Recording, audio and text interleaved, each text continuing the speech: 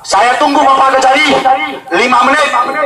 Kalau tidak, kita dengarkan bersama-sama bahasa yang sangat santun. Sudarlun, puluhan orang yang mengatasnamakan Aliansi Lembaga Bersatu Kabupaten Aceh Tenggara atau Albagara berdemo ke Kejaksaan Negeri Aceh Tenggara. Mereka menuntut dituntaskannya kasus dugaan korupsi yang dilakukan oleh Sekwan DPRK atas kasus G3 Kit BKKBN Agara.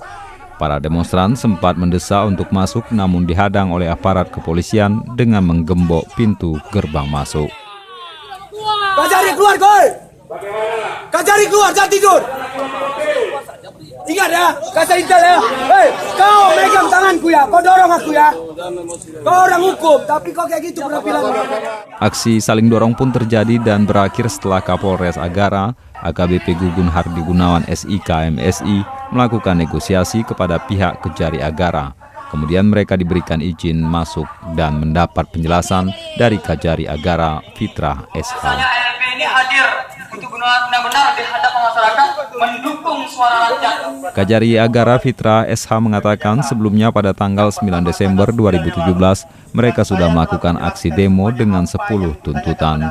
Dan pada Senin 11 Desember beraudensi menjumpai dirinya dan juga sudah diberikan penjelasan dalam penanganan kasus-kasus tersebut. Kita sudah meminta auditor pada inspektorat. Kami sedang fokus pada pencurian penggelapan dana zakat, sehingga kasus tersebut akan secara berkesinambungan bersejalan untuk proses pengungkapannya. Pihak Kejati berkomitmen memberantas dugaan korupsi di Agara, namun semuanya harus melalui mekanisme. November tahun 2017. Itu yang jadi persoalan kami hari ini. Dari Kutacane, Asnawi Lui, Serambion TV. Jumpai mahasiswa seperti saya nggak berani. Saya ada hukum juga. Kita bicara pasal, kita bicara undang-undang di sini. Siap kau ada bodoh.